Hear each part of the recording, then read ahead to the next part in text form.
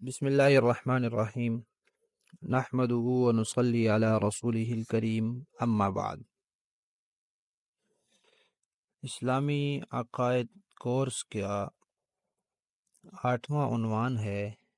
دینی معاملات میں عقل کا درجہ،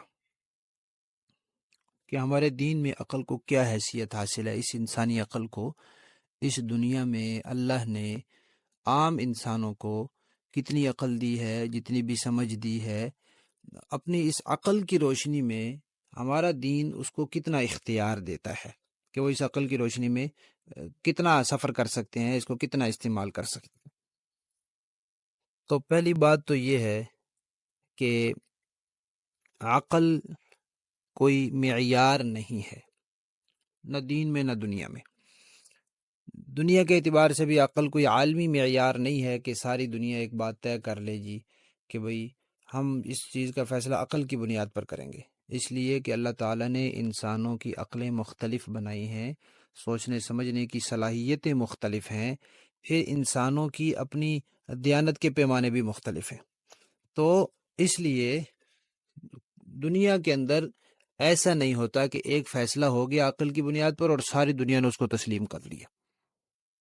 کوئی عالمی معیار نہیں ہے، عالمی حقیقت رکھنے والا ضابطہ نہیں ہے عقل کے پاس کہ سارے اس کو مان لیں۔ اس لیے اللہ تعالیٰ نے ایک عالمی ضابطہ جو ہے وہ وحی کی صورت میں اتارا ہے، جس کو ساری انسانیت تسلیم کر سکتی ہے اور کوئی اختلاف نہیں ہوگا۔ اگر وحی کو پوری انسانیت مان لے، اللہ تعالیٰ کی طرف سے آئے ہوئے احکامات کو دین کی شکل میں تسلیم کر لے تو اختلاف نہیں ہوگا۔ جبکہ عقل کے اوپر چلیں گے تو اختلاف ہوتا رہے گا، اس لیے کہ عقل کو اللہ تعالیٰ نے معیار بنایا ہی نہیں ہے، اس میں اللہ نے اتنی صلاحیت نہیں رکھی کہ یہ معیار بن سکے، انسان اس کی بنیاد پر صرف اسی کی بنیاد پر فیصلہ کر سکے۔ صرف اسی کی بنیاد پر فیصلہ نہیں ہو سکتا۔ ہاں، اس کی بنیاد پر جو بات ہمیں صحیح لگ رہی ہے اس کو پھر ہم دین پر پرکھیں گے، اگر دین کہتا ہے ٹھیک ہے تو ٹھیک ہے، اگر دین کہتا ہے نہیں تو پھر نہیں۔ یعنی عقل جو ہے وہ صحیح رائے بھی دے سکتی ہے، غلط رائے بھی دے سکتی ہے۔ تو جب انسان دنیا میں آیا اس لیے ہے کہ اللہ تعالیٰ کو راضی کرے۔ اب عقل کی بنیاد پر انسان سوچے کہ یہ کام اللہ کو راضی کرنے والا ہے یا راضی کرنے والا نہیں ہے، تو کوئی ضروری نہیں ہے کہ عقل ہمیشہ درست جواب دے۔ درست جواب بھی دے سکتی ہے، غلط جواب بھی دے سکتی ہے، لہذا اس کے پیچھے چل کر انسان کسی چیز کو اللہ تعالیٰ کی رضامندی والا سمجھ رہا ہوگا اور وہ ناراضگی والا ہوگا تو نقصان ہو جائے گا۔ اسی طرح اللہ تعالیٰ نے انسانوں کی عقلیں مختلف بنائی ہیں۔ اگر دینی معاملات کی بنیاد عقل پر ہو تو پھر ہر انسان کی راہ مختلف ہو جائے گی، ہر انسان اپنا الگ ہی طریقہ دین میں بنا لے گا۔ پھر انسان کو اللہ تعالیٰ نے جس مقصد کے لیے پیدا کیا ہے اس کے لیے اللہ تعالیٰ نے کوئی کسر نہیں چھوڑی، خود اپنے احکامات بھیج کر اتمام حجت پوری کر دی کہ کل کو کوئی یہ نہ کہے کہ یا اللہ مجھے تو ایسے ہی سمجھ میں آئی تھی، آپ نے تو کوئی حکم بھیجا نہیں تھا، میری عقل میں ایسے آیا تھا تو میں نے کر لیا۔ نہیں، اللہ تعالیٰ یہ چاہتے ہیں کہ جس مقصد کے لیے اس کو بھیجا ہے اس میں کوئی ابہام نہ رہے، اور اس کے لیے واحد ذریعہ وہی تھا، اللہ تعالیٰ نے وہی کے ذریعے دین بھیج دیا تاکہ مقصد اصلی فوت نہ ہو۔ معاشی ضروریات سمجھانے بتانے کے لیے اللہ تعالیٰ نے کوئی نبی نہیں بھیجا کہ وہ لوگوں کو بتائے کہ ایسے کماؤ اور ایسے نہ کماؤ، تمہاری معاشی ضروریات ایسے پوری ہوں گی۔ ہاں، اس کی حدود تو بیان کی ہیں، لیکن اس مقصد کے لیے نبی نہیں آئے، نبی آئے ہیں دین بتانے کے لیے۔ اب ہم دیکھتے ہیں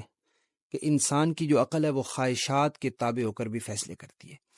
یعنی کہ عقلاً وہ بات صحیح نہیں ہوتی لیکن انسان کو اس میں اپنا مفاد معلوم ہو رہا ہوتا ہے تو وہ عقل کر گزرتا ہے۔ تو جب انسان کی عقل خواہش کے تابع ہو سکتی ہے، ہو جاتی ہے، تو پھر اگر دین کو عقل کے تابع کیا جائے گا تو پھر وہاں بھی انسان اپنی خواہشات پر چلنے لگ جائے گا۔ بعض اوقات ہم دیکھتے ہیں نا، بچہ کوئی چیز اس کے لیے نقصان دہ ہوتی ہے وہ اس کو مفید سمجھ رہا ہوتا ہے، کیوں؟ اپنی کم عقلی کی وجہ سے، تو اس کو نہیں دی جاتی۔ تو اسی طرح انسان بھی کوئی کم عقل ہوتا ہے، کوئی اچھی عقل والا ہوتا ہے، اور اس دنیا میں رہتے ہوئے انسان کی ہے ہی کہ عقل کتنی کہ اس کی بنیاد پر فیصلہ کرے، لہذا وہ اپنی کم عقلی کی وجہ سے کسی چیز کو دین میں مفید سمجھ رہا ہوگا، اللہ تعالیٰ کے نزدیک وہ مضر ہوگی۔